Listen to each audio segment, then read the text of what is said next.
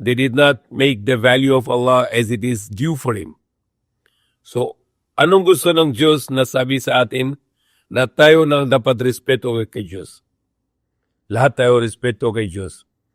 Kung hindi tayo respeto kay Diyos, galit siya sa atin at mayroon siya na sa atin na may parusa dito sa mundo at sa kabilang buhay. So isang malaking utos ng Diyos sa Quran at sa Biblia na huwag na gagawin ng insulto kay Diyos.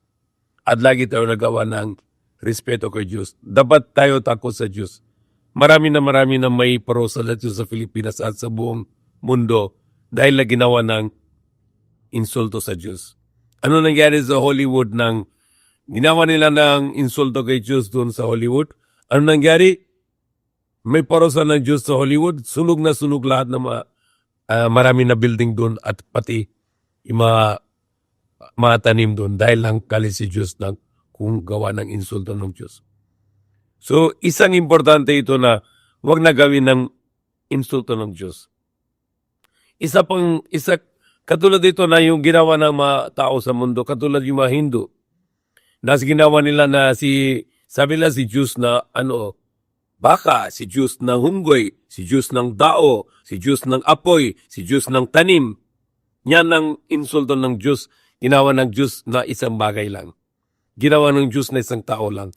Ginawa nila ng Diyos na isang likha lang. Yan ang malaking insulto ng Diyos at wala na respeto ng Diyos na ginawa ng tao ng katulad kay Diyos. Yung nang likha ng Diyos, ginawa nila Diyos na yun.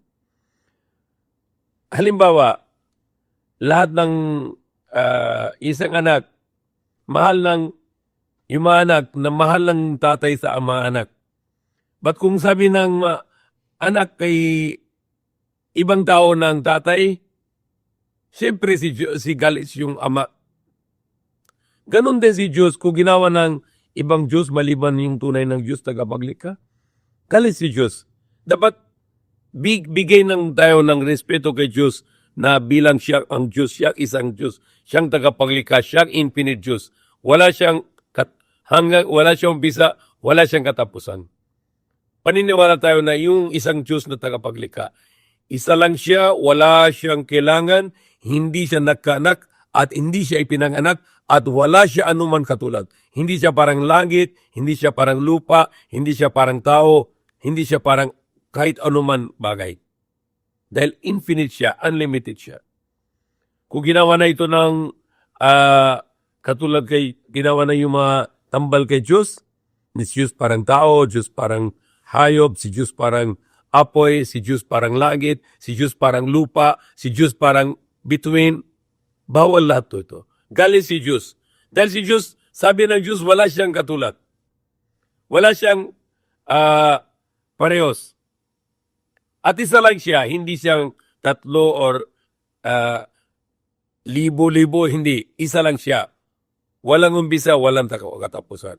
At sabi na wala siyang kailangan. Hindi siya kailangan kain, hindi siya kailangan ng tulog, hindi siya kailangan ng uhaw, hindi siya kailangan ng pagod. Dahil unlimited, infinite siya.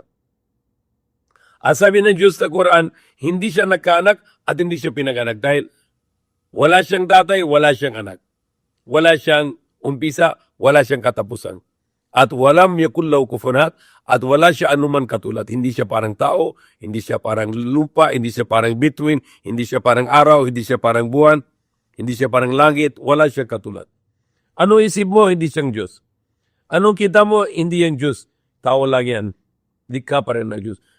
Kahit ano man kita mo, lahat likha ng Diyos. At anong isip mo, lahat likha ng Diyos. Okay? So, si Diyos, wala nang may tao nakita kay Diyos.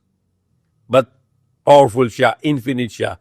Wala siya kailangan ng tao, wala siya kailangan ng tulong. Wala siya kailangan anuman bagay.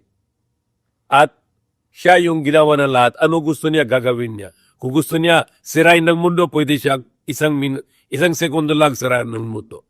So lahat tayo na magrespeto kay Diyos. Hindi na samba maliban sa yung Diyos na tagapaglikha. Pwede sabihin Allah, pwede sabihin ang banal, ang dakila, ang tagapaglikha. Kahit ano pangalan pwede, hindi pwede sabihin ng Ama. Dahil yung Ama ito ng atributo ng tao at mga hayop. Si tao may ama, anak, ina. Si hayop din, meron din ama, anak, ina. Katulad si dog sa English, dog. Asawa ng dog, bitch. Anak ng dog, puppy. Si baboy, pig. Yung anak ng baboy, piglet. So hindi pwede sabihin si Diyos ama dahil yun to ng yung ama yan parang tao, parang hayop lang. Na yung atributo ng tao at atributo ng hayop. Si Diyos hindi pwede sabihin ama, siyang tagapaglikha, yang tama, ang Panginoon. Pwede sabihin siyang Panginoon, pwede sabihin siyang tagapaglikha at siyang hari, siyang banal, siyang dakila.